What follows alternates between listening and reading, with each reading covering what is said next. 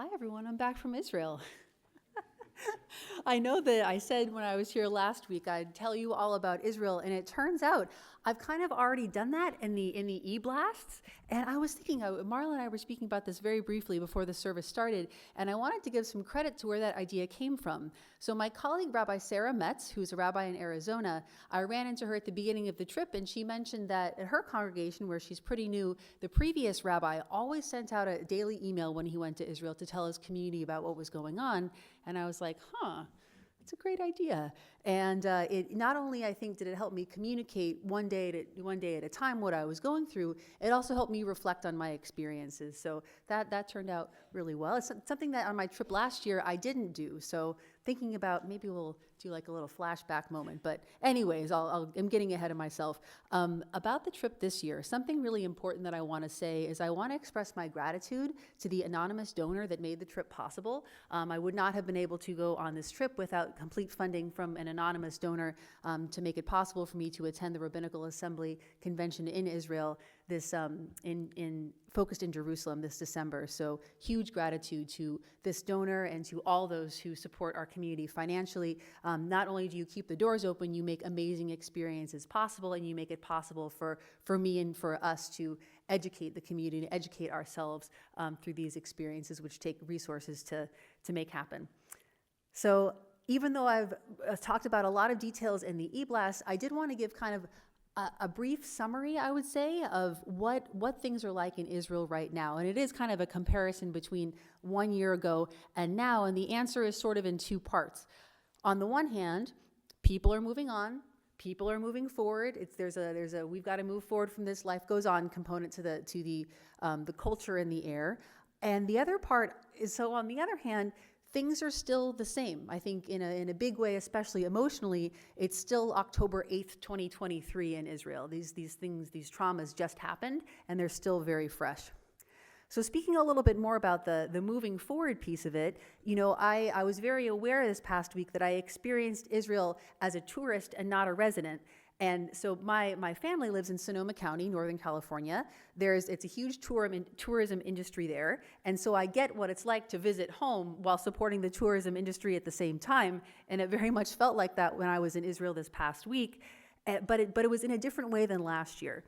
The people want to get back to business as usual. They want to go to the usual routine of welcoming guests and running tours and serving food and filling their hotel rooms with people who are visiting from elsewhere and not displaced within Israel. There were no one talked about this, but there were some people in the hotel we were staying where clearly they were not tourists from abroad. They were displaced from wherever they were living in Israel before the war started. And so the gratitude, though, for us being there as tourists this year was different from last year. Last year, people were sort of like, oh my God, it's amazing that anyone is even here right now. And secondarily, thanks for helping keeping our business going and the doors open and the money flowing. This year, it was sort of about the economics first. It was like, okay, we need to get back to business. We need to get our cash flow going. We need to get things up and running. And our support, our being there, our presence was definitely appreciated, but in a more secondary way than it was last year. So now how things are still the same, since how emotionally it's still October 8th, 2023 in Israel in a big way. I was talking with one of our bus drivers, one of our tour guides at the beginning of, I think the day on Wednesday it was, and we were talking about how it's the same, but it's different. He said that he, after the war started, he went abroad and traveled for a few months and then came back and was talking about how it was different. And his comment was, people can get used to stuff really fast. It's not that things are better, but people are getting kind of used to the way that things are. Another moment that really struck me about how things are still the same emotionally, so last year I went to Kfar Aza, and this year it went back to Kfar Aza, and our tour guide was a woman named Rakefet, and she was speaking about seeing our Kfar Aza tour guide, whose name was Ayelet, tell the story of her experiencing the tragedy at Kfar Aza over and over again, taking tour after tour throughout the year, and she was saying that Rakefet was encouraging Ayelet, focus on the hope. Don't focus on the trauma, focus on the hope. But Ayelet didn't really do that. And instead, more details of the trauma that she and her family experienced came out every time she told the story. Last year I was not able to do this. It wasn't ready yet, but this year I was able to go to the site of the Nova Festival, which has become a memorial, and it was packed. When we got in there, it was like, whoa, so many, not just so many people there, but so many tour buses. It was really an entirely overwhelming experience, but that highlight of so many people are coming to that place to pay tribute and to I would say, reconnect to for the purpose of processing the trauma of that day.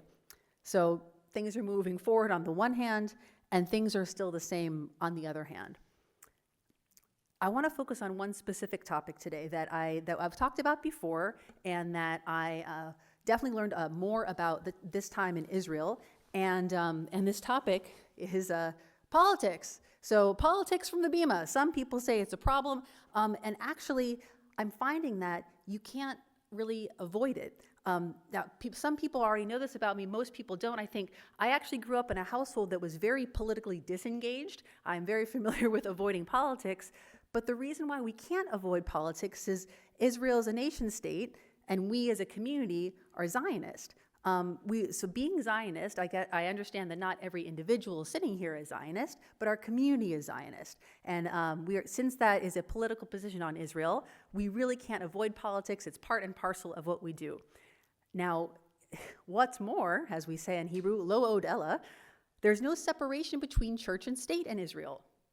As someone who grew up in America, this continues to kind of confuse me and surprise me even today, that there's no separation of church and state in Israel. So what this means is that in Israel, prayer is a political act, which I don't know, I still find that confusing, and I've spent enough time in Israel to have experienced this and figured it out, but still. I want to tell you an experience that happened to me about 8 years ago now. Early in my study abroad year in rabbinical school, I hadn't been to Israel before, and so my teachers were saying, okay, this morning, we're going to go to the Kotel for this special service. It's going to be great. And I was like, a special service at the Kotel? Sign me up. When I got there, I was shocked that the service was a political protest that had rabbis coming from North America to talk about issues of egalitarianism at the Western Wall. And I was like, whoa, that wasn't what I signed up for. And that's how I learned that in Israel, there's no separation between church and state, and prayer is necessarily a political act. Now, as we talk about often in our Adat Shalom community, we're politically diverse. We can't avoid politics even if we want to. Some of us don't want to, some of us do. And so the political issue and the issue actually around voting that I want to talk about this morning is the World Zionist Congress, the World Zionist Congress. So I've spoken about this before. I think the last time I mentioned it was Shavuot a few months ago. And I want to remind us all that we have met over Zoom as a community Dr. Yitzhar Hess. We really liked him as a community. I wasn't there for that particular Zoom session. It was before I came here full time. And he is the leader of Merkaz, the Masorti Conservative Party, and the World Zionist Congress. Now, when I was in Israel just a couple of days ago, I heard him speak in person, and he's a very compelling teacher and leader. He urged us to vote. He urged us to urge our communities to vote. And so that's what I'm going to do right now. That's what I'm going to do today, is urge us to vote and urge our communities to vote. The World Zionist Congress, for those of us that have heard about this or once or twice before, maybe don't quite know about it yet, it's a global Jewish organization in which every affiliated Jew gets a vote. They're not going to, check the status of your Jewish identity, but you do have to, because of the way that the sign-up works, you do have to be affiliated with a Jewish community to be able to vote. It costs $5 to register to vote. This is for the purpose of authenticating your identity and making sure that people don't vote 5 or 6 or 7 or 20 times, one person, one vote. So if you want to vote and you can't afford $5, talk to me. I'll keep it confidential and I will pay for it no matter how you vote. And this is very important. The World Zionist Congress vote is how Jews in the diaspora determine how enormous amounts of money are spent in Israel. We're not electing leaders, we're choosing political parties that will choose how to spend money from the Jewish National Fund. And this, in years past, this wasn't such a big deal. The World Zionist Congress comes together to make these decisions about every 5 years. And the last time there was a vote, the Orthodox communities from around the world really rallied their people, and there was a huge Orthodox vote, and kind of everybody else lost out because they weren't paying attention.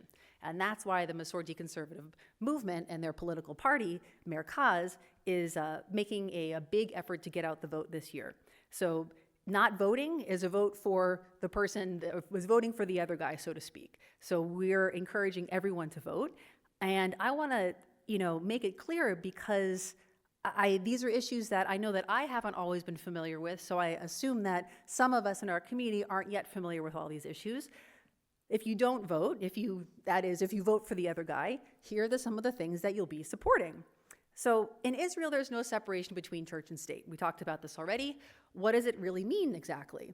Well, one example is there's no such thing as secular marriage, so there's no such thing as secular divorce. If you get married or divorced in Israel, you're going through the Rabbanut, which is state-sponsored Judaism. It's a version of Orthodoxy. We all know there are many different versions of Orthodoxy. This is one of them. And the thing about Orthodox divorce is that the woman can't initiate a divorce. Only the man can initiate a divorce. This is 2024. This is still how it works in Israel. And this is a real problem for lots and lots of women. It works out fine for some couples, but it doesn't work out fine for all couples, especially all women. Now, there's something else that no separation between church and state means to me that I experienced just a couple days ago as a tourist.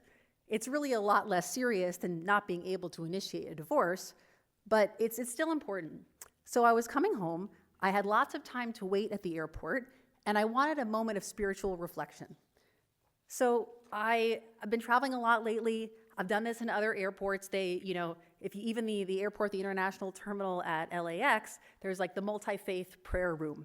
And so I had an experience pretty recently. I was in Texas, and there was a multi-faith prayer room, and it was kind of profound to be able to go to that prayer room as a Jewish person and pray in a Jewish way, even though this is a Christian country.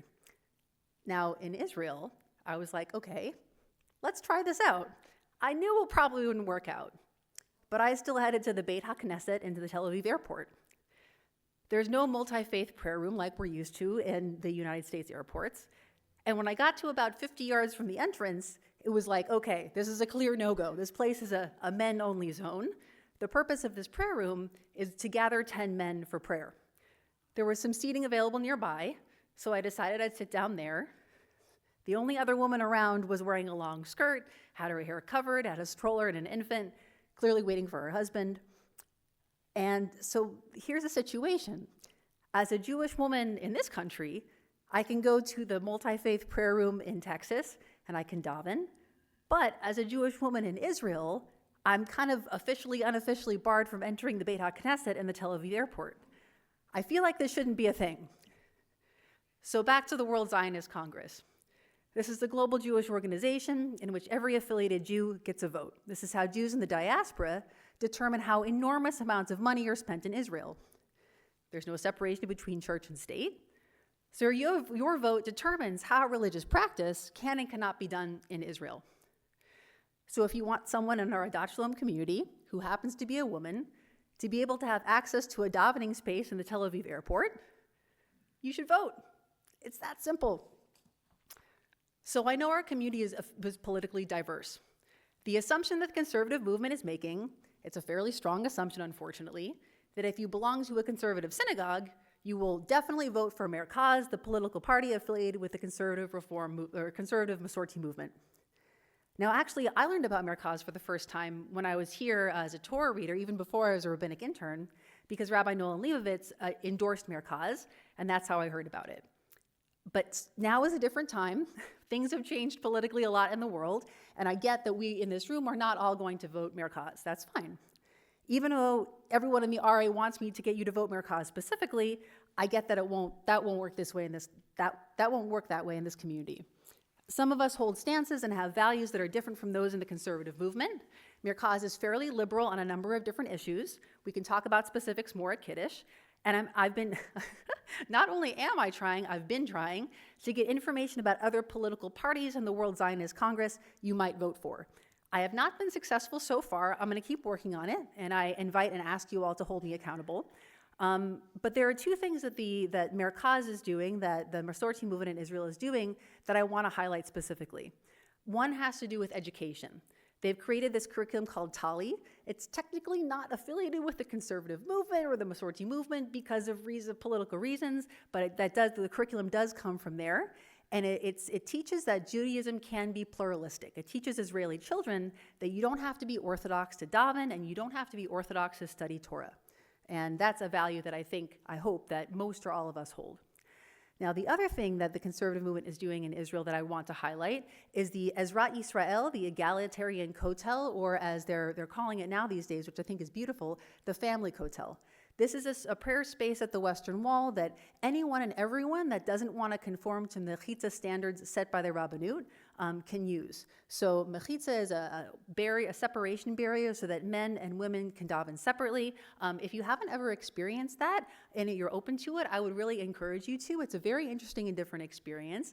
But there are lots of reasons why people wouldn't want that separation between men and women. And it turns out that there are a lot of Orthodox families that use this section of the kotel of the Western Wall for their bar and bat mitzvah services, so that, for example, the savta who can't see over the mechitza wants to see her grandson read Torah, and so they want to daven in the conservative movement space because it accommodates the needs of their family.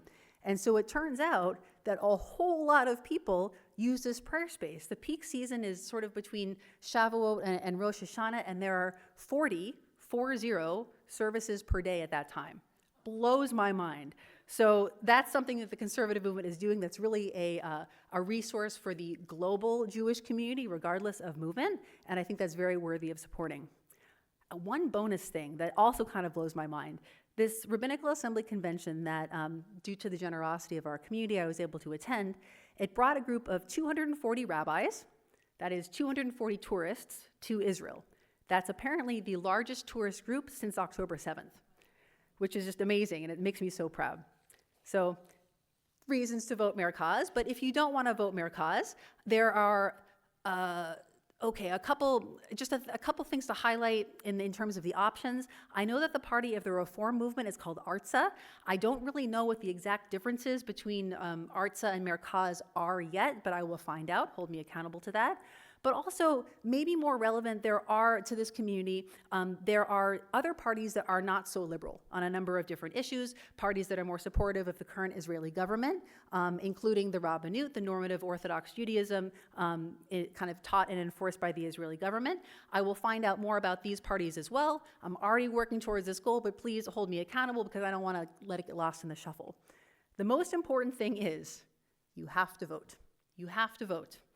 Not voting is a vote for the other guy, and the other guy is probably, in this case, Orthodox, but there are lots of different types of Orthodox, and my personal prediction is if we're not voting, we're voting for the other guy, we're going to be voting for the Haredi Orthodox, who believe that not everyone needs to serve in the army, which is another controversial issue that I'm sure all of us have lots of thoughts and feelings about.